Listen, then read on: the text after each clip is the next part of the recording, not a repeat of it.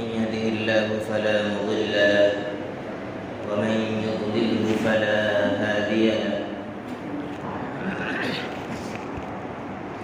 ونشهد أن لا إله إلا الله وحده لا شريك له ونشهد أن سيدنا وإمامنا وقدوتنا وشفيعنا محمدا عبده ورسوله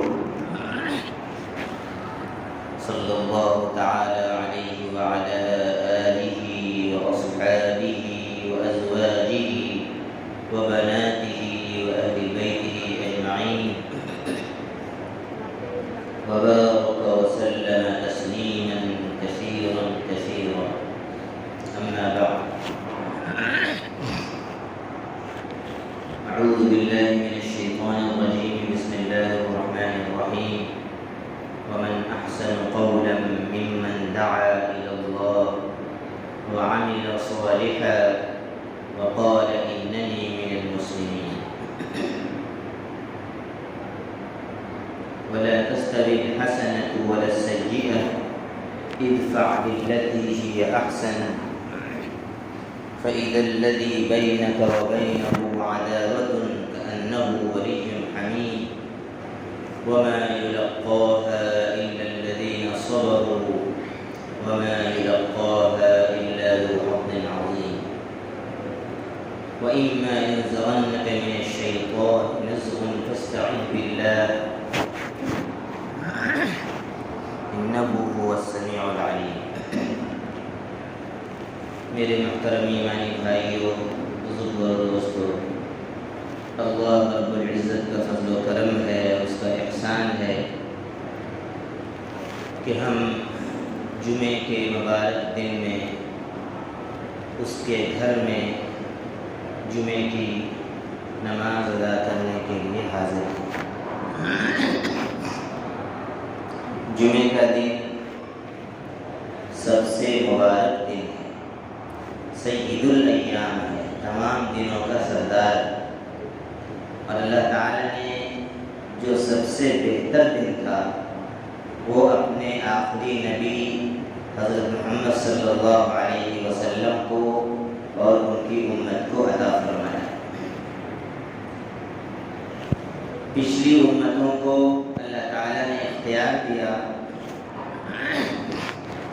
کہ تم ہفتے کے لیے کوئی اپنا ایک خاص دن مقرر کر لو، تو یہودیوں نے سنیچر کو مقرر کیا، عیسائیوں نے اتوار کو اپنے کو چن لیا، اسی لیے اتوار کے دن عیسائیوں کی یہاں چھٹی رہتی ہے۔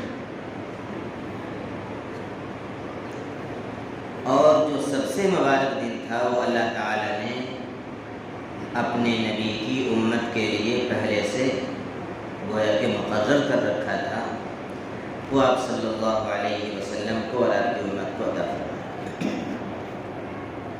اس دن کے بارے میں مستند روایتوں میں جو بات آتی ہے کہ اسی دن اللہ تعالیٰ نے اس کائنات کو پیدا کیا، اسی دن حضرت آدم علیہ السلام کو پیدا کیا، اور پھر اسی دن قیامت آئے گی۔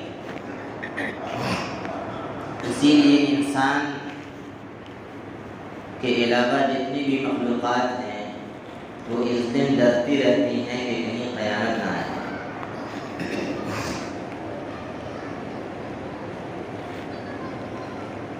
میرے بھائیوں، بزرگوں اور دوستوں،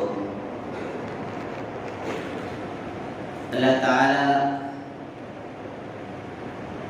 کا فضل اور اس کا کرم اور اس کا احسان ہم سب پر اتنا ہے اور ہر وقت ہے کہ ہم اللہ تعالیٰ کی نعمتوں کو شمار نہیں کر سکتے۔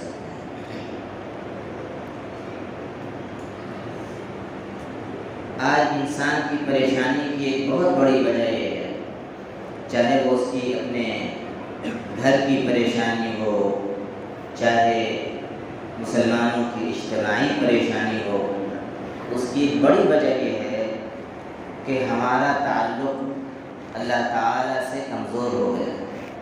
اللہ کے نبی حضرت محمد صلی اللہ علیہ وسلم سے، آپ کی سنتوں سے، آپ کی تعلیمات سے کمزور ہو گئے، آخرت پر ہمارا یقین کمزور ہو گیا۔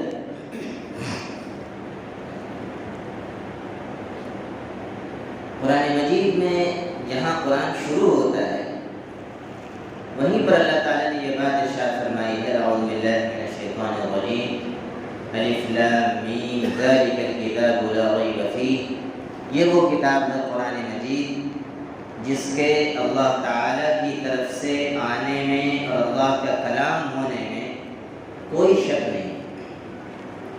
ہدی للمتقین، اور یہ کتاب راستہ بتاتی ہے ان لوگوں کو جو اللہ سے ڈر کر زندگی گزارتے ہیں، اللہ کی شریعت کا پاس و لحاظ رکھتے ہیں اپنی زندگی میں، گناہوں سے اپنے دامن کو بچا بچا کر زندگی گزارتے ہیں۔ الذین یؤمنون بالغیب، جو غیب کی تمام باتوں پر ایمان رکھتے ہیں۔ اللہ کے نبی صلی اللہ علیہ وسلم نے جتنی خبر دی ہے وہ سب غیب کی خبریں ہیں۔ اللہ پر ایمان لاؤ، فرشتوں پر ایمان لاؤ، آخرت کے دن پر ایمان لاؤ، اچھے برے بری تقدیر پر ایمان لاؤ۔ ظاہر ہے کہ یہ وہ تمام چیزیں ہیں جن کو ہم نے دیکھا نہیں، غیب کی باتیں، لیکن چونکہ نبی نے خبر دی اور نبی کی بات اللہ کے بعد سب سے سچی، اس لیے جو متقی بندے ہیں وہ غیب کی تمام خبروں کو مانتے ہیں۔ ایمان لانے کا مطلب یہ ہے کہ دل سے مانتے ہیں، جیسے کوئی یہ مانتا ہے کہ آگ میں ہاتھ لگاؤں گا تو ہاتھ جل جائے گا، یقین ہے اس بات کا۔ اب اگر کوئی آپ کے سامنے آگ جلائے گا تو آپ فوراً وہاں سے اپنے کو بچا کر بھاگیں گے، کیونکہ آپ کو یقین ہے کہ آگ جلا دے گی۔ کوئی چھری لا کر آپ کے سامنے دکھائے گا تو آپ بھاگیں گے، کیونکہ آپ کو یقین ہے کہ چھری اگر میرے جسم پر لگ گئی تو میری انگلی کٹ سکتی ہے۔ اسی طریقے سے بلکہ اس سے بھی زیادہ اللہ سے ڈرنے والے بندوں کو اللہ کی اور نبی پاک صلی اللہ علیہ وسلم کی تمام بتائی ہوئی باتوں کا یقین ہوتا ہے، اس کو وہ مانتے ہیں، دل سے مانتے ہیں۔ وَيُقِيمُونَ الصَّلَاةَ، اور جب اللہ کو مانتے ہیں، غیب کی خبروں کو مانتے ہیں تو پھر اللہ کی مانتے ہیں، یعنی اللہ کے حکموں کو مانتے ہیں، نماز کو قائم رکھتے ہیں، نماز کو قائم رکھتے ہیں۔ کہیں بھی قرآن مجید میں یہ نہیں ہے کہ نماز کو پڑھتے ہیں، نماز کو قائم رکھتے ہیں۔ مفسرین نے یہ بات لکھی ہے کہ نماز کو قائم رکھنے سے مراد یہ ہے کہ نماز کو اس کے وقت پر پڑھتے ہیں، جماعت کے ساتھ پڑھتے ہیں، خشوع اور خضوع کے ساتھ پڑھتے ہیں، دل لگا کر پڑھتے ہیں، اطمینان سے پڑھتے ہیں اور برابر پڑھتے ہیں، پانچوں وقت کی نمازیں پڑھتے ہیں۔ یہ نماز کو قائم کرنے میں، اور اگر کبھی پڑھ لیا، جب پریشانی آئی، جمعے کو پڑھ لیا، صرف عید کو پڑھ لیا، بقرعید کو پڑھ لیا، تو یہ نماز کو قائم کرنا نہیں۔ نماز کو قائم کرنے میں سب سے بڑی چیز یہ ہے کہ اس میں مداومت ہو، پابندی ہو، برابر پڑھتے ہیں، ہر روز 5 دفعے اللہ کے دربار میں حاضری دیتے ہیں۔ نماز کیا ہے؟ اللہ تعالیٰ سے دنیا میں کانٹیکٹ بنانے کا، اللہ تعالیٰ سے رابطہ کرنے کا ذریعہ ہے۔ دنیا میں رہ کر ہم اپنے اللہ تعالیٰ سے کیسے بات کریں، کیسے اس سے اپنی حاجتوں کو رکھیں، کیسے اپنی پریشانیوں کو اور دکھوں کو اللہ کے دربار میں ہم پیش کریں، اس کے لیے اللہ تعالیٰ نے نماز رکھی ہے۔ پوری نماز دعا ہے، سورہ فاتحہ دعا ہے۔ التحیات میں دعا ہے، درود شریف میں دعا ہے، دعائے معصورہ میں دعا ہے۔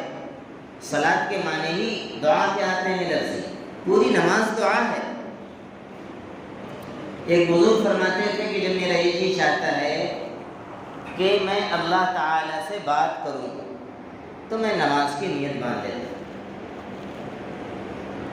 اور جب یہ جی چاہتا ہے کہ اللہ تعالیٰ مجھ سے بات کرے تو میں قرآن شریف پڑھ کر کھول کر پڑھنا شروع کر دیتا ہوں۔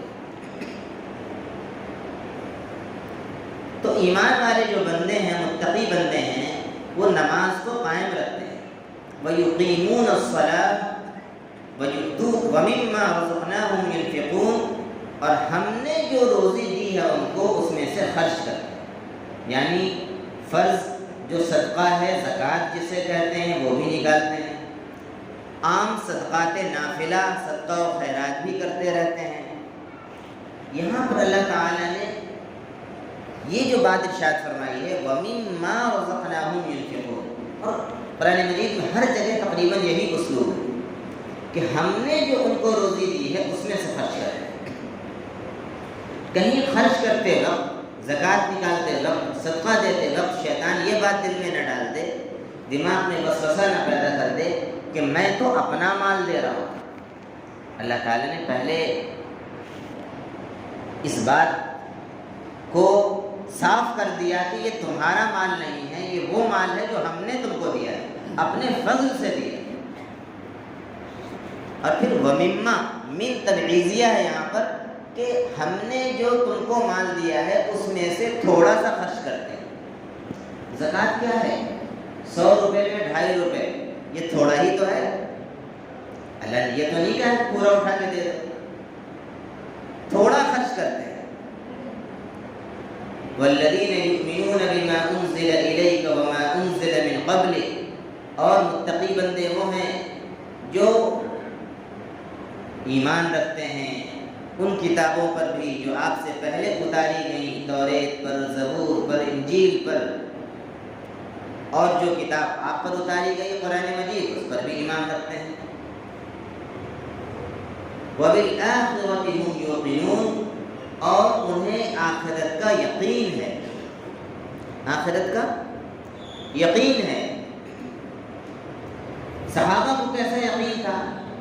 ایک صحابی غزوہ احد میں کھجور کھا رہے ہیں، انہوں نے پوچھا اللہ کے رسول، اگر میں کافروں کو ماروں، جا کر قتل کر دوں اور پھر میں خود بھی شہید ہو جاؤں تو اس کے بدلے میں مجھے کیا ملے گا؟ آپ صلی اللہ علیہ وسلم نے ارشاد فرمایا الجنہ، تمہیں جنت ملے گی۔ تو فوراً انہوں نے کھجور کی تھیلی کو پھینک دیا اور کافروں کے جمگھٹے میں گھس گئے اور کئی کافروں کو قتل کر کے ان کو جہنم میں پہنچایا اور خود بھی آخر میں شہید ہوئے۔ یہ ہے آخرت کا یقین۔ حضرت انس بن نضر رضی اللہ عنہ پیر سے معذور صحابی ہیں، صحیح سے چلا نہیں جاتا تھا، غزوہ بدر میں شریک نہیں ہوئے تھے، غزوہ احد میں ان کے 4 بیٹے چاروں غزوے میں شریک ہو رہے ہیں۔ تو یہ نبی پاک صلی اللہ علیہ وسلم کے پاس جاتے ہیں، کہتے ہیں اللہ کے رسول، میری بھی تمنا ہے کہ میں بھی اللہ کے راستے میں جہاد کروں اور میں بھی کافروں سے قتال کروں۔ آپ نے فرمایا تمہارے بیٹے جا رہے ہیں اور تم کو رخصت ہے، تم معذور ہو، تم اپنے گھر پہ رہ سکتے ہو، تم پر جہاد فرض نہیں ہے۔ کہا کہ نہیں اللہ کے رسول، میرا جی چاہتا ہے، میں بدر سے محروم رہ گیا ہوں، میں اس جنگ سے محروم رہنا نہیں چاہتا۔ آپ صلی اللہ علیہ وسلم نے ان کی تمنا دیکھ کر ان کو اجازت دے دی اور وہ جنگ میں شریک ہوئے۔ اور جب شروع میں مسلمانوں نے زبردست حملہ کیا اور کافروں کو شکست ہونے لگی اور کافر بھاگے، اور ایک ٹیلے پر نبی پاک صلی اللہ علیہ وسلم نے چند صحابہ کو تیر اندازی کے لیے جو مقرر کیا تھا، ان لوگوں نے یہ سوچا کہ اب جنگ تو ختم ہو گئی اور کافر بھاگ گئے ہیں، وہ نیچے آ گئے۔ تو پھر آپ سب واقعہ جانتے ہیں کہ خالد بن ولید رضی اللہ عنہ اس وقت ایمان نہیں لائے تھے اور وہ جنگی مہارت رکھتے تھے، انہوں نے دیکھا کہ اب یہ راستہ خالی ہو گیا، مین راستہ جو تھا وہ وہی پہاڑی تھا، تو وہ پلٹ کر آ گئے اور پیچھے سے حملہ کر دیا، تو مسلمانوں میں ظاہر ہے کہ انتشار ہو گیا صفوں، بہت سارے صحابہ اس میں شہید ہوئے۔ یہی حضرت انس بن نضر رضی اللہ عنہ ہیں، اس وقت اپنے لنگڑے پیر کے ساتھ صحابہ کو ہمت دلا رہے ہیں اور کہہ رہے ہیں کہ مجھے احد پہاڑ کے پیچھے سے جنت کی خوشبو آ رہی ہے، تمہیں کیا ہو گیا ہے؟ اگر اللہ کے رسول، یہ بات بھی منافقوں نے پھیلا دی کہ اللہ کے رسول صلی اللہ علیہ وسلم شہید ہو گئے، کہا کہ اگر شہید بھی ہو گئے ہیں تو جس راستے میں آپ نے شہادت دی ہے ہم بھی شہادت دیں گے، اٹھو کیا دیکھتے ہو؟ تمام صحابہ کو حوصلہ دیا اور کافروں کو مارا جا کر اور خود بھی شہید۔ یہ جو صحابہ کے اندر ایمان کی طاقت تھی، جو فرماتے تھے کہ احد پہاڑ کے پیچھے سے خوشبو آ رہی ہے، یہ وہ ایمان کی اصل طاقت تھی۔ آج ہم لوگوں کو دبئی کی خوشبو آتی ہے، قطر کی خوشبو آ رہی ہے، پیسوں کی خوشبو آ رہی ہے، کہاں ہے ایمان کی خوشبو؟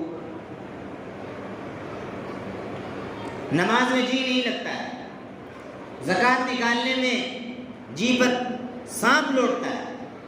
کتنے لوگ زکوٰۃ نکالتے ہیں؟ نکالتے بھی ہیں تو کتنے لوگ وہ ہیں جو پورا پائی پائی جوڑ کر نکالتے ہیں؟ اللہ کے حکموں پر کھڑا ہونا ہمارے لیے مشکل ہے، اور ہم شکوہ کرتے ہیں کہ آج مسلمانوں کے ساتھ اللہ تعالیٰ کی مدد نہیں آ رہی۔ کیا ہم صحیح معنوں میں ویسے مسلمان ہیں جیسے کہ پہلے زمانے کے مسلمان تھے؟ صحابہ تھے، تابعین تھے، تبع تابعین تھے، بزرگان دین تھے، کیا ہم اب ان کی زندگی کی کم سے کم اصل تو نہیں تو نقل بھی اتار رہے ہیں؟ نہیں اتار رہے۔ تو میرے بھائیوں، یہ جو متقی لوگوں کی صفت قرآن مجید میں بیان کی گئی ہے، اس کے بعد پھر ہے کہ وہ آخرت پر یقین رکھتے ہیں۔ اولئک علی ھدی من ربہم، یہی وہ لوگ ہیں جو اپنے رب کی طرف سے ہدایت پر ہیں۔ واولئک ھم المفلحون، اور یہی وہ لوگ ہیں جو کامیاب ہونے والے، دنیا میں بھی کامیاب، آخرت میں بھی کامیاب۔ فلاح کہتے ہیں ایسی کامیابی کو جس کے بعد ناکامی نہ ہو، لائف ٹائم کامیابی۔ میرے بھائی بزرگ اور دوستو، یہ جو حالات اس وقت ملک کے ہیں، اس سے زیادہ سخت حالات مکے میں نبی پاک صلی اللہ علیہ وسلم کے ساتھ پیش آئے، صحابہ کے ساتھ پیش آئے۔ 3 سال شعب ابی طالب میں آپ کو قید کر دیا گیا، بائیکاٹ کر دیا گیا، سماجی بائیکاٹ۔ نہ آپ کسی سے خرید سکتے تھے، نہ کسی کو اپنا سامان بیچ سکتے تھے، نہ راشن لا سکتے تھے۔ صحابہ نے تمام تکلیفوں کو برداشت کیا، کسی کے بھی ایمان میں ذرہ برابر لغزش نہیں آئی، کسی کے ایمان میں بھی شک بھی نہیں ہوا۔ نتیجہ کیا ہوا؟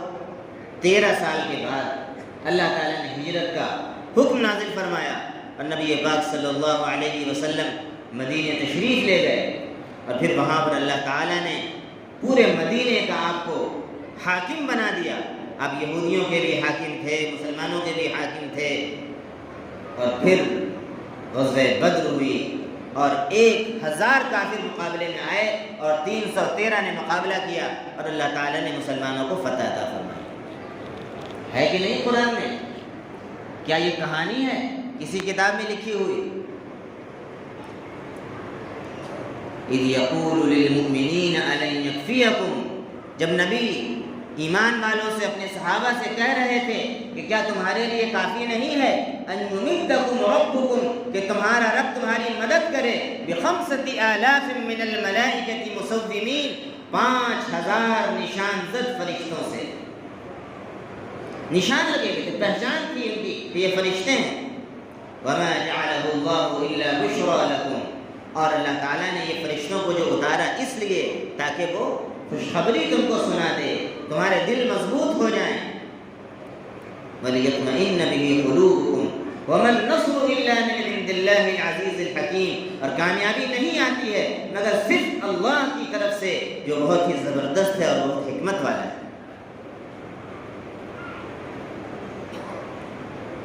آج ہم لوگوں کے اندر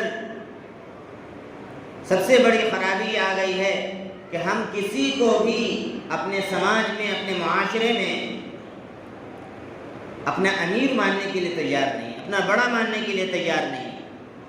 ہم ایک بھیڑ ہے، جماعت نہیں ہے، اور بھیڑ پر اللہ کی مدد کا کوئی وعدہ نہیں، جماعت پر وعدہ ہے۔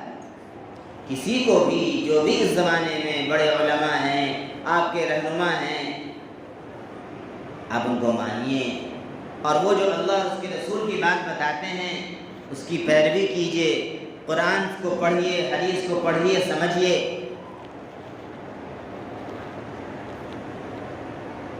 اور دوسری چیز یہ ہے کہ سخت سے سخت حالات میں بھی اپنے ایمان کو مضبوط رکھیے، نماز سے اور صبر سے مدد حاصل کیجیے۔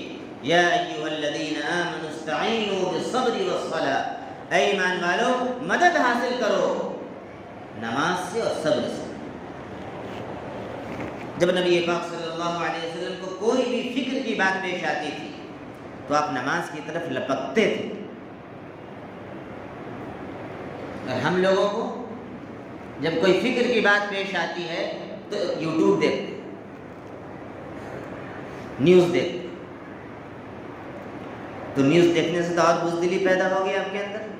وہ تو خبریں اسی لیے آپ کو دکھائی جا رہی ہیں، میڈیا کے ذریعے باطل جنگ لڑ رہا ہے کہ آپ دیکھیں تو اور مایوس ہو کر گھر پہ بیٹھ جائیں۔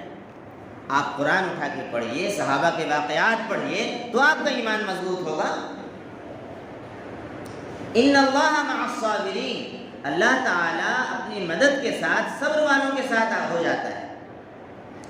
اور آگے اللہ تعالیٰ نے فرمایا وَلَنَبْلُوَنَّكُمْ بِشَيْءٍ مِّنَ الْخَوْفِ وَالْجُوعِ، یہ جو ہم آج کل پریشان ہیں اور سب کی زبان پر ہے، حالات بہت خراب ہیں، اللہ تعالیٰ نے پہلے سے کہہ دیا کہ اے ایمان والو ہم تم کو ضرور بھی ضرور آزمائیں گے۔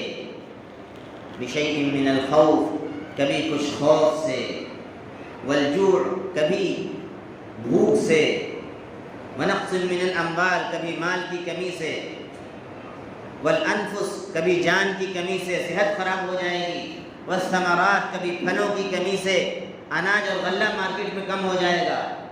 وبشر الصابرین، لیکن اے نبی ان تمام حالات میں جو اپنے ایمان پر جمے رہیں اور اللہ کے قدرت پہ اور اس کی رزاقیت پر یقین رکھتے رہیں، ان کو آپ خوشخبری سنا دی۔ الذین اذا اصابتهم مصیبۃ، جب ان پر کوئی بھی مصیبت آتی ہے، چھوٹی ہو یا بڑی ہو، وہ کہتے ہیں انا للہ و انا الیہ راجعون، کہ ہم بھی تو اللہ ہی کے ہیں اور ہم کو بھی اللہ کی طرف لوٹ کر چلے جانا ہے۔ اولئک علیہم صلوات من ربہم ورحمہ، یہ وہ لوگ ہیں جن پر اللہ تعالیٰ کی طرف سے خاص رحمتیں ہیں، اور عام رحمتیں بھی ہیں اور خاص رحمت بھی ہے۔ وَأُولَئِكَ هُمُ الْمُهْتَدُونَ، اور یہی وہ لوگ ہیں جو ہدایت یافتہ ہیں۔ میرے بھائیو، آج کے زمانے میں ضرورت اس بات کی طرف ہے کہ ہم نبی کی زندگی کی طرف لوٹیں، نبی کی سنتوں کی طرف پلٹ جائیں، صحابہ کی زندگی کی طرف پلٹیں، اس کو اختیار کریں، قرآن کی طرف پلٹیں، حدیث کی طرف پلٹیں، اور اپنی زندگی کو ایک نمونے کی زندگی بنائیں۔ ہر مسلمان اللہ کے گھر میں بیٹھ کر یہ عہد کر لے کہ ہم جھوٹ نہیں بولیں گے، ہم تجارت کریں گے تو سچائی کے ساتھ کریں گے، اور جتنے بھی اسلامی احکامات ہیں ہم اپنی زندگی سے اسلام کا نمونہ پیش کریں گے۔ یہ کافر یہ جانتے نہیں ہیں اسلام کو، اور ہم نے اسلام کو پیش نہیں کیا ہے، ورنہ اسلام وہ سورج ہے کہ جس کی طرف بھی اس کی روشنی جائے گی اس کو چمکا کے رکھ دے گی۔ یہ ہماری بدعمالیاں ہیں کہ ہم نے اسلام کی کرنوں کو اپنی بدعمالیوں کی وجہ سے روک رکھا ہے، وہ کافروں کی طرف ہم پہنچنے نہیں دے رہے۔ اپنے اخلاق کو اچھا بنائیں، برائی کا بدلہ اچھائی سے دیں۔ یہ جو بیان انسانیت کا کام ہو رہا ہے اور لوگ غیر مسلموں سے مل رہے ہیں، یہ تو قرآن میں ہے، ادفع باللتی ہی احسن اے نبی جی آپ برائی کا بدلہ اس طریقے سے دیجیے جو سب سے اچھا طریقہ ہو۔ کوئی بری بات کہہ رہا ہے آپ اچھی بات کہہ دیجیے، کسی نے گالی دی آپ دعا دے دیجیے۔ آپ کہیں گے یہ تو بہت مشکل کام آپ بتا رہے ہیں، کیا نبی نے گالیوں کا بدلہ دعاؤں سے نہیں دیا؟ طائف والوں کو دعا نہیں دی آپ نے؟ کیا نبی پاک صلی اللہ علیہ وسلم نے جس شخص نے آ کر تلوار سونت لی تھی کافر نے اور کہا تھا کہ آپ کو مجھ سے کون بچائے گا، تو نبی نے نبوت کی پرجلال آواز میں فرمایا تھا اللہ۔ جب یہ فرمایا تلوار اس کے ہاتھ سے گر گئی اور پھر نبی نے اٹھا لیا، فرمایا کہ اب مجھ سے تم کو کون بچائے گا؟ تو وہ کہنے لگا، گڑ گڑانے لگا، کن خیر آخذ، آپ تو بہت اچھے آدمی ہیں اور آپ تو چھوڑ دینے والے ہیں، آپ تو رحم کر دینے والے ہیں۔ تو آپ نے فرمایا کہ ٹھیک ہے چلے جاؤ کلمہ پڑھ لو۔ اس نے کہا میں کلمہ نہیں پڑھ سکتا ہوں۔ آپ نے کہا کوئی بات نہیں چلے جاؤ، معاف کر دیا آپ نے۔ اپنے جانی دشمن کو، قاتل کو آپ نے معاف فرما دیا، ورنہ ایک اشارہ کرتے صحابہ گردن اتار دیتے اس کی۔ یہ نبی کی سنت ہے کہ نہیں؟ اس طریقے سے اگر ہم کام کریں اور اسلام کی دعوت کو پیش کریں، کوئی بعید نہیں ہے۔ اللہ تعالیٰ نے جو وعدہ فرمایا ہے فَإِذَا الَّذِي بَيْنَكَ وَبَيْنَهُ عَدَاوَةٌ، کہ اچانک وہ شخص جس کے درمیان اور تمہارے درمیان دشمنی ہے وہ ایسا ہو جائے گا جیسا کہ تمہارا جگری دوست۔ وَمَا يُلَقَّاهَا إِلَّا الَّذِينَ صَبَرُوا، مگر یہ بات نہیں دی جاتی ہے مگر انہی لوگوں کو جو صبر کرنے والے ہیں، جو برداشت کرنے والے ہیں، جو غصے کو پی جانے والے ہیں۔ وَمَا يُلَقَّاهَا إِلَّا ذُو حَظٍّ عَظِيمٍ، اور یہ بات نہیں دی جاتی ہے مگر بہت قسمت والوں کو۔ وَإِمَّا يَنزَغَنَّكَ مِنَ الشَّيْطَانِ نَزْغٌ، اور اگر شیطان تمہیں کوئی کچوکا لگائے، وسوسہ لگائے، یہ کیا تم کر رہے ہو، یہ کون سا اچھا اخلاق، اتنے اچھے اخلاق پیش کرنے کی کیا صرف تمہاری ہی ذمہ داری ہے؟ کوئی ایسی بات اگر ذہن میں ڈالے، اللہ کے حکموں کو جب تم مان رہے ہو اور وسوسہ ڈالے، فاستعذ باللہ، تو اللہ کی پناہ چاہو، اعوذ باللہ من الشیطان الرجیم، یہ خیال شیطان کی طرف سے۔ انہ هو السمیع العلیم، اللہ تعالیٰ بہت سننے والا ہے اور بہت جاننے والا ہے۔ اللہ تعالیٰ سے دعا ہے کہ اللہ تعالیٰ ہم سبوں کو قرآن مجید کو پڑھنے کی، اس کو سمجھنے کی، نبی کی احادیث کو پڑھنے کی، اس کو سمجھنے کی اور اس کے مطابق اپنی زندگی کو ڈھالنے کی اور بنانے کی توفیق عطا فرمائے۔ آمین۔ وآخر دعوانا ان الحمد للہ۔